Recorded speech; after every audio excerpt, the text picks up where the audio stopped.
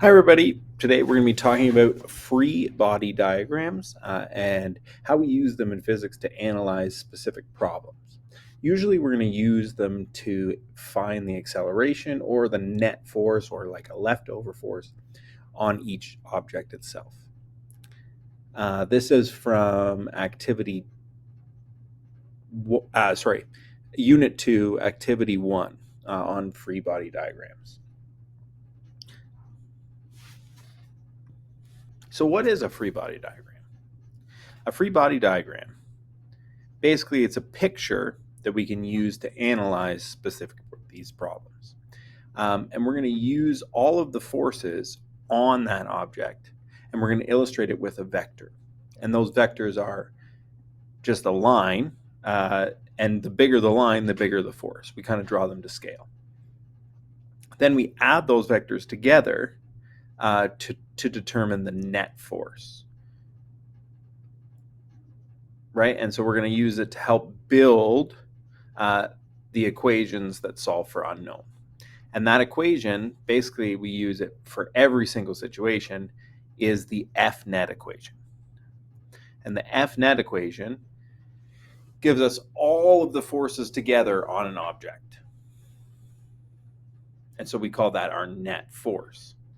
So the net force is, we use it to calculate the remainder of all the forces.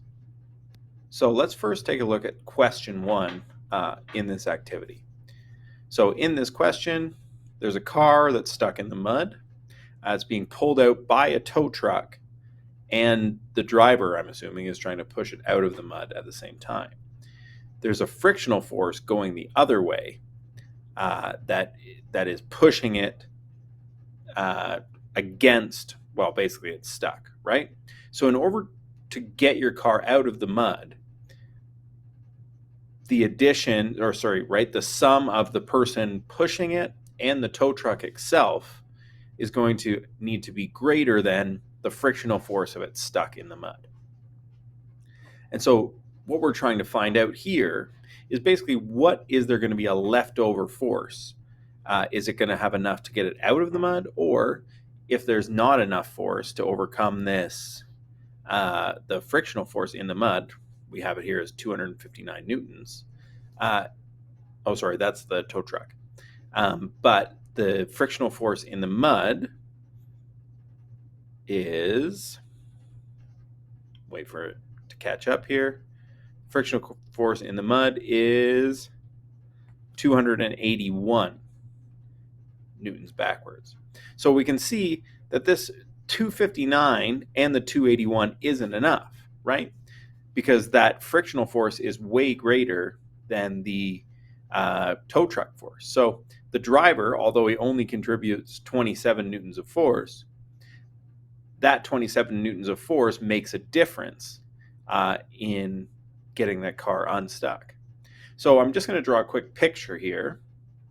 This isn't a free body diagram, but it helps me kind of illustrate that the free body diagram does represent a physical object.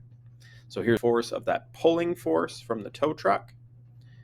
Then we're going to draw the car stuck in the mud here. I went with the purple Volkswagen Beetle model.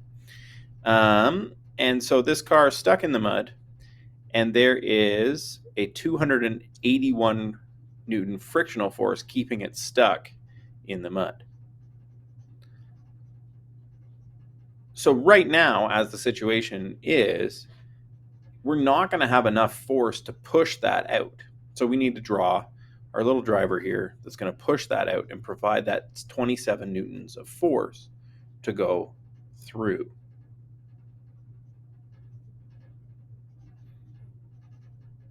A diagram, and I'm going to start doing it right now. So that's what's happening in the situation. Now I'm going to use that picture to draw a free body diagram. Free body diagram just has a square in the middle. That's the car. Super simple. Then there's one vector, that's the tow truck. That's 259 newtons. We're going to call it FA2. So the applied force number 2. Then this applied force number 1, which is the driver pushing it. And then in brown is going to be the mud, or the frictional force, holding it in its place. So now what I'm going to do is I'm going to use this information to make an equation, and we call that our F net equation. Now we can manipulate this F net equation to solve for what we want. In this case, we're looking for the net force. So how much force is left over when we add together the tow truck, the driver, and the mud keeping it stuck. So what I'm going to do is I'm going to set up a new equation. So this is the F net. So all of the forces together are going to be equal to my applied force number 1, which we said is the driver, my applied force number 2, which is the tow truck, and then going the opposite way, so that's why it's a negative, is 259 newtons of that frictional force keeping it stuck in the mud. So now I'm going to sub in those numbers. So I'm going to say that the net force is equal to 259 newtons plus 27 newtons minus 259 newtons. So tow truck plus driver minus the force of friction. And that's going to be equal to, once we pay attention to the negatives, and the negatives only indicate just a direction, right? There's a 5 Newton net force left. So that car is moving because of that 5 Newton force applied to it. Now we can go backwards and use Newton's third law to determine the acceleration, but we're going to do that next unit. Anyways, I hope this was a good breakdown of the free body diagram. One other thing that we can add are the Fn and Fg. In this case, the normal force and the gravitational force don't really affect the problem that we're dealing with, so we kind of just threw them on at the end. We can talk more about that next lesson. Thank you.